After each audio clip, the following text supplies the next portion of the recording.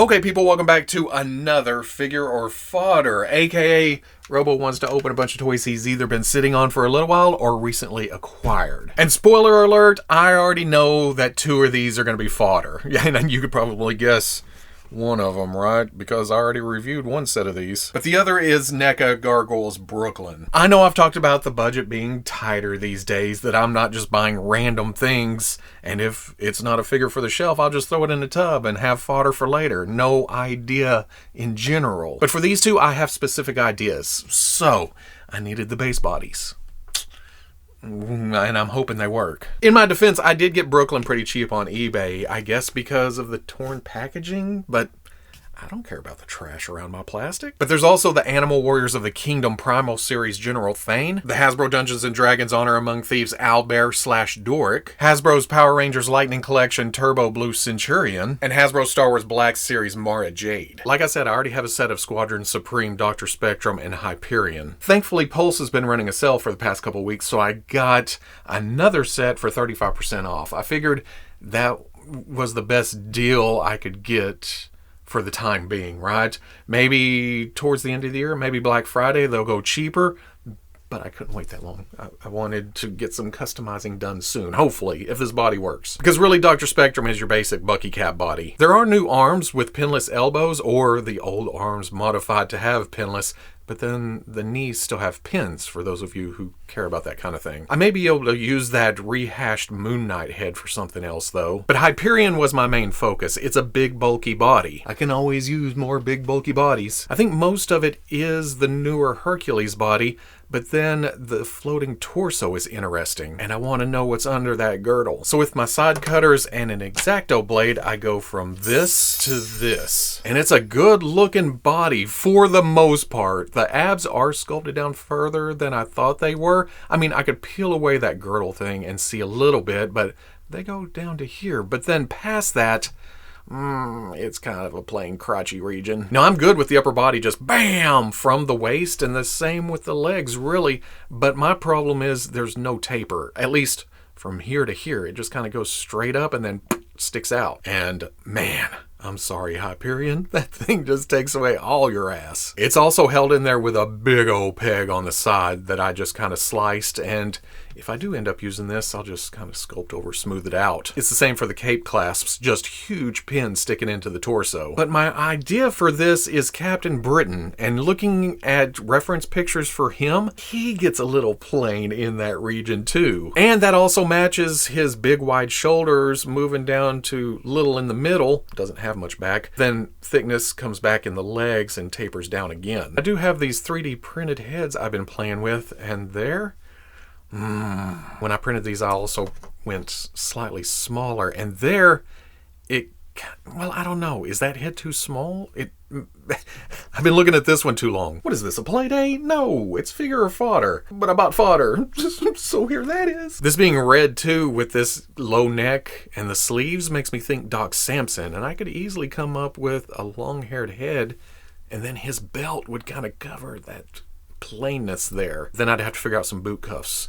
Either way, Hasbro has a nice plain body on their hands here. All they need to do is tweak this midsection, make it more interesting. The top's good, the arms are good, the legs are good, just less because it's cut open too for that overlay piece. But there's not even a crack. Okay, I've been messing with the Power Rangers Blue Senturion for a minute now, and it is just big dumb fun. I'm so glad I was able to catch this for a good price on Amazon. Notice a theme here? If I'm not sure about something I don't need, because we really don't need any of this stuff, right? If it's something that I'm not actively collecting or looking out for, then I'll just wait. And hopefully it pops up for sale somewhere, and if it doesn't, wasn't meant to be. I don't know a damn thing about this character, but because of the blues and the police helmet look and, you know, police plastered right there on the side, signals, and and then there's the stoplight motif. I know in some states they're sideways like this, but I'm in Arkansas.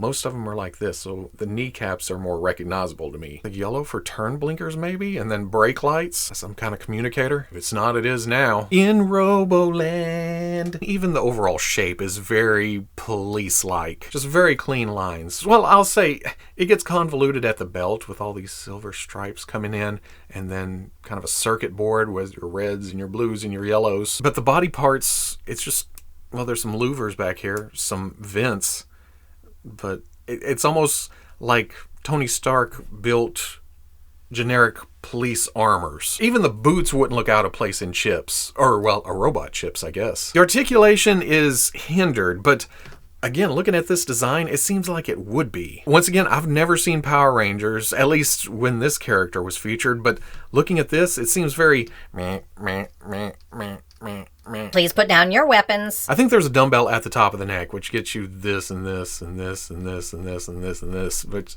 again, not a huge amount, but Beep, bop, boop, boop. You're under arrest. I thought the shoulder pads were going to be a pain in the ass at first, but it's that patented Hasbro ring around the shoulder thing. They're rubbery, they flex, get out of the way of this and around and over and forward and everything. And is there a dumbbell hiding in there? Double Elbow has a piece in the middle like clone troopers or first order stormtroopers that kind of get in the way, but it goes past 90. The waist surprised me though. Watch this. Crunch, along with all kinds of tilt and hula hoop action. So some places are hindered, some places not so much. Is that a drop down joint at the hip? I'll be damned. So with that, forward and back and out, even with the armor. Double knee, got a stoplight in the middle, but most of the way. Swivel right above the foot, along with hinge and a forward facing pin. There's ample articulation for fun, because then you can swap hands with a trigger finger that has up and down hinge. Beautiful. And he's got his stoplight blaster. There's even a blast effect for it. Very bent up sword. I'll have to put some heat to that, but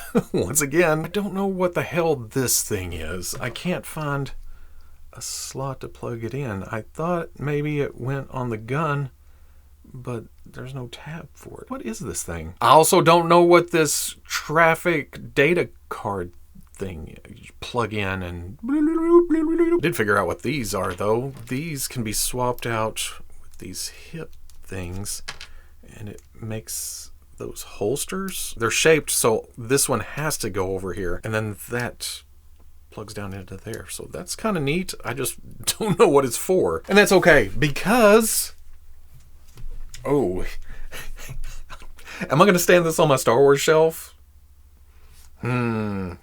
I'm going to put it somewhere. SM3, reporting for duty. SM7, Mary 3 chips. That's what the helmet and boots remind me of. For the Dungeons & Dragons Owlbear, there is some assembly required. 3 pegs, 2 pegs. 3 peg holes, 2 peg holes.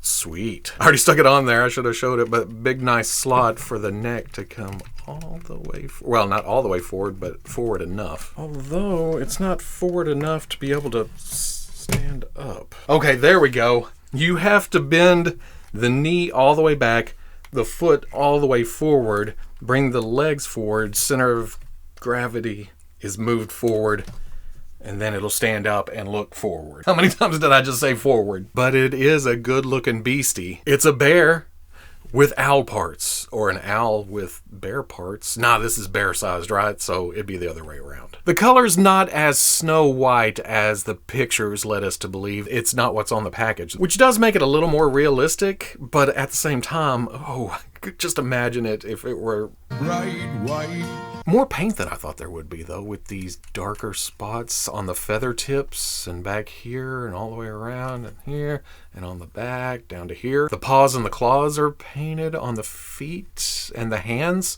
or front feet, depending on what you want to call those. But the eye's still the show here. That blue fades from light to dark, and the little glint of light on the pupil, they just stand out at you. Even from afar, oh my god, it's an owlbear.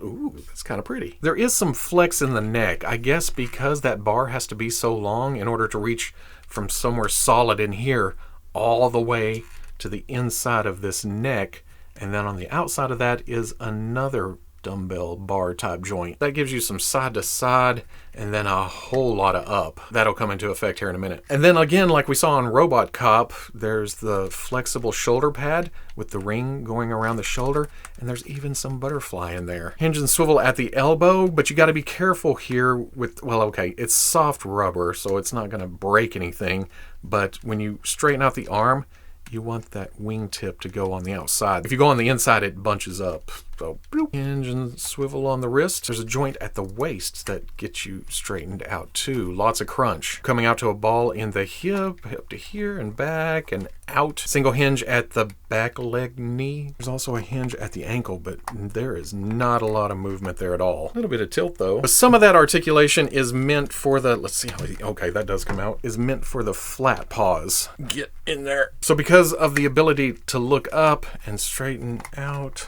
you can bring this around, and just like a real bear, can get down on all fours and look pretty good while doing it. Actually, that's kind of scary, isn't it? Reaching out for you. Or whoo! Actually, come down to here. It looks even better. See? All fours. Forgot about all the twisty you can get out of, well, all the torso joints. I didn't even go see Dungeons and Dragons, so I have no attachment to this. But I do have an attachment to a certain Marvel character that transforms into white animals. So I may use this as another Alpha Flight Snowbird transformation. Hey, Owlbear isn't exactly a Marvel thing, but it works. Oh, did I mess up the magic there? There she is. NECA Gargoyles Brooklyn. If I had more attachment to gargoyles, I would be all over this line because these are just beautiful. Like I always say, good figures are good figures. These are good enough to make me want to go back and watch the cartoon and get more invested and get the rest because they're already fleshing out the team and having bad guys and everything else. But when it comes to customizing characters from my childhood that are near and dear, that kind of outweighs the need to start a whole new collection. And like I said, I got this for a hell of a deal, so I didn't feel as bad for my budget buying this. Look at this thing. It's awesome. It's just a interesting design. And NECA has done a great job translating that into plastic form. Just the claws on the feet and the tattered hangy down over the crotchal region. Hell, there's even articulation at the jaw. And when you open it up, you can see the teeth up in there. There's a tongue. That's just great attention to detail. There's even a shimmer to the hair. I think there's some silver in there with the white. But that being that long, it does get in the way of articulation. Well, okay, not tilt. Arms rotating out and over and double elbow. Coming all the way up. Hula hoop action. This is soft, so the leg comes up and back and out. You can straighten out the leg and have them standing like regular foot, but that's not interesting. It's much better with it bend a little and then here and then the toe joint. And even with that stance, once you find the balance, well, hell, he'll stay up. But it doesn't hurt to plug in the bendy tail, and that kind of acts like a tripod. You can bend it back and around and help him stand up a little bit. Because then there's the wings or the bladed weapons. Like I've said several times on the weekly, that's another problem with this, is just how much space these take up. You can hinge them back and rotate them inside the socket, bring it up maybe a little bit. That is very impressive, but I do not have room for this. I was going to say the head won't look up now. The hair catches the wings, but I guess if I bring that forward, oh, no, face forward, but not really flight posy. That give you a better idea? It's crazy wingspan, isn't it? Now, I say all that knowing that they are offering up cape-type wing situations with other characters. But, again, I'm not getting that deep into the line. I'm buying them for customs.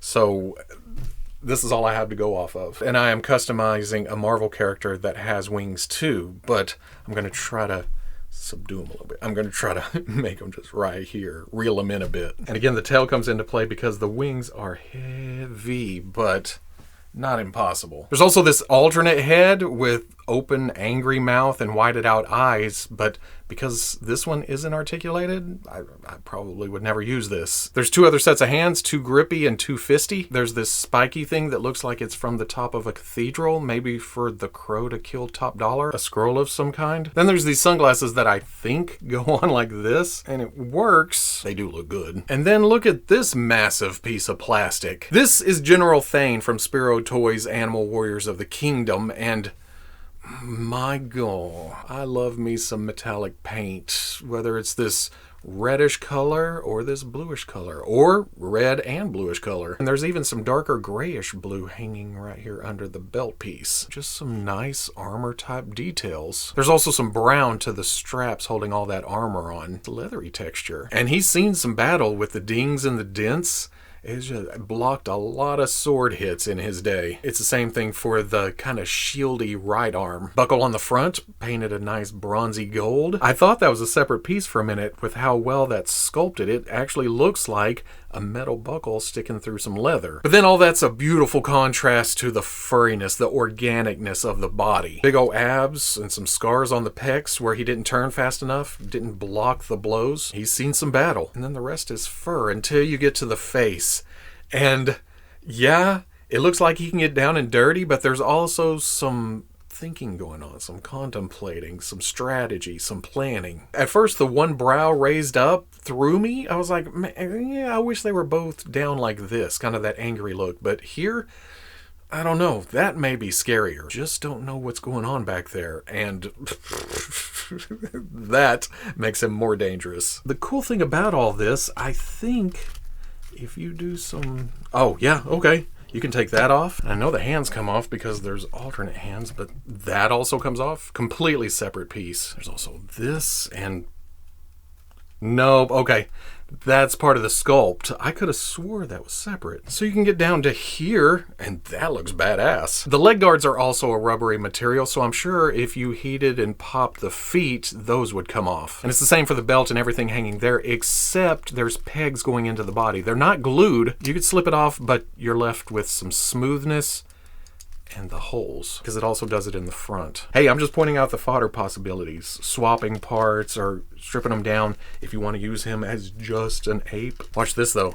Looks up very, very nicely, and then you can crunch forward and you can have him kind of hunched over. There's also two fists, but I'm going to use the relaxed hands out of this baggie that was taped behind the tray. So if you ordered this, these are hiding.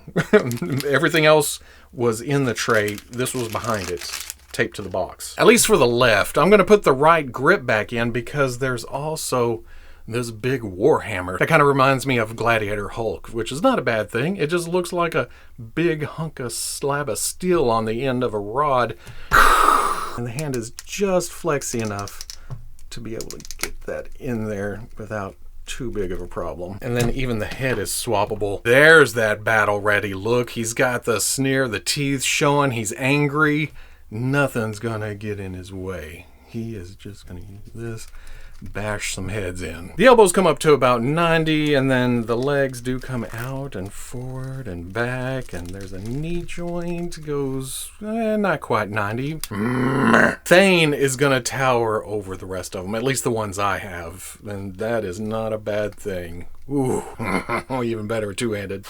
Then there's the Hasbro Star Wars Black Series Mara Jade, and I am so glad they decided to make this because she's been on my custom list for a long, long time. You know, we've gotten so many Black Widows over the years, and I thought, well, it'd be pretty easy to convert one of those onto the Star Wars shelf because I don't need that many Black Widows over on the Marvel shelf. But it would have bugged me that Scarlett Johansson, or some reasonable facsimile thereof, would be my Mara Jade on the shelf. And I'd be like, did she play her in? No?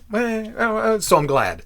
I'm glad they did this. I'm sure this resembles an actress of some kind, but I can't really name one right off the bat. To me, this is Mara Jade. Nice hair sculpt, long coming down in the back, some twisties and twirlies. It's got a nice, well, I was going to say genericness to it, but that's not the right word because I look at it close up like this and I think, that is somebody, but it's not exactly anybody. Then I think this neck cover piece, this handkerchief with a little peak of goggles out the top, I think that's new. It's just a separate overlay piece. And it may be the same for these shoulder straps coming around the back and then around the arms. Because the rest of the body is what we saw with Jaina Solo and then a couple of Dr. Aphra's. But Jaina had full flight gear sleeves, and then the first Dr. Aphra had short sleeves, and the second Afra had heavier jacket sleeves. Now we have bare arms. But the rest has been kind of unchanged. That Star Wars bodysuit gear with the wrinkles and that belt that's not painted on this one, that's been painted on other figures. Coming down to the wrinkly legs, pants, and boots. I mean,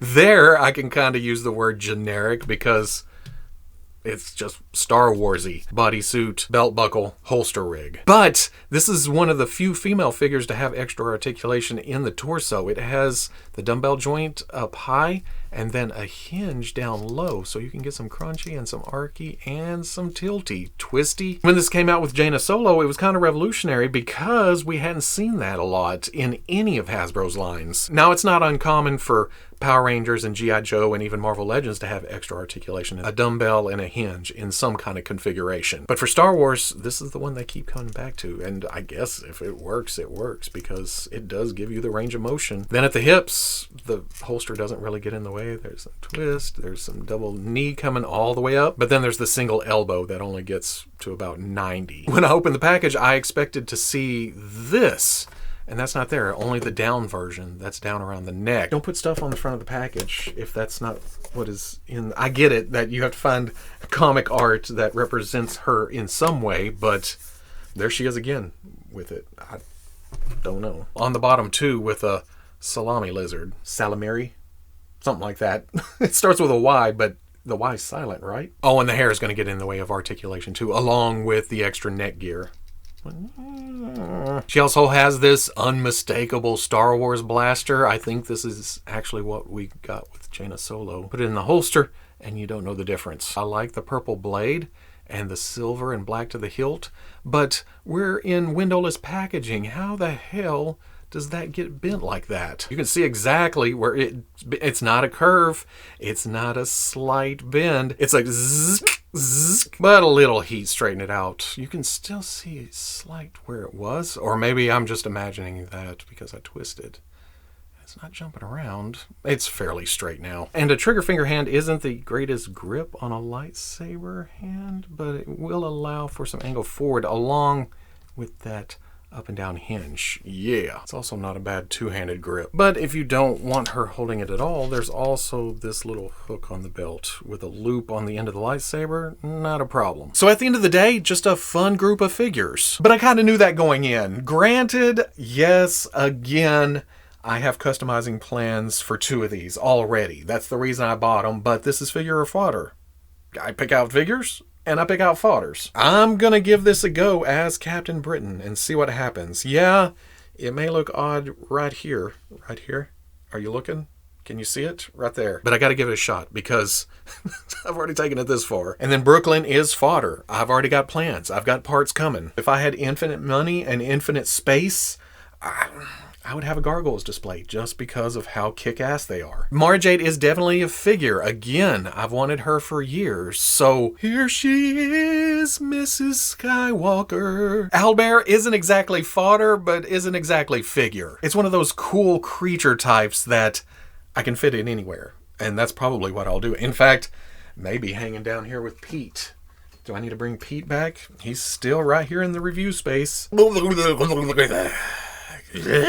Same for Blue Senturion. I don't want to change this at all, but I also have no plans to put this anywhere in my display permanently. Again, he'll just roam around, pop up in certain... Oh no. Did I just find Beef Boss an arch enemy? You think you can capture me? I don't think so, motherfucker! And then I have several Animal Warriors of the Kingdom. It's not my main displays, but it makes for a neat offshoot type thing. I backed the Kickstarter. I got some figures. Well, I just got this along with some more Wave 2, so they will display nicely. I don't have any problem putting them anywhere else, and I may still do that at some point, but yeah, they'll be hanging out on their own separate shelf. And that's what figure fodder is all about. You put a figure in, you pull some fodder out, you put a figure in, and you shake it all about. You do the hokey pokey. And you rip some guys apart. That's what it's all about. Yeah.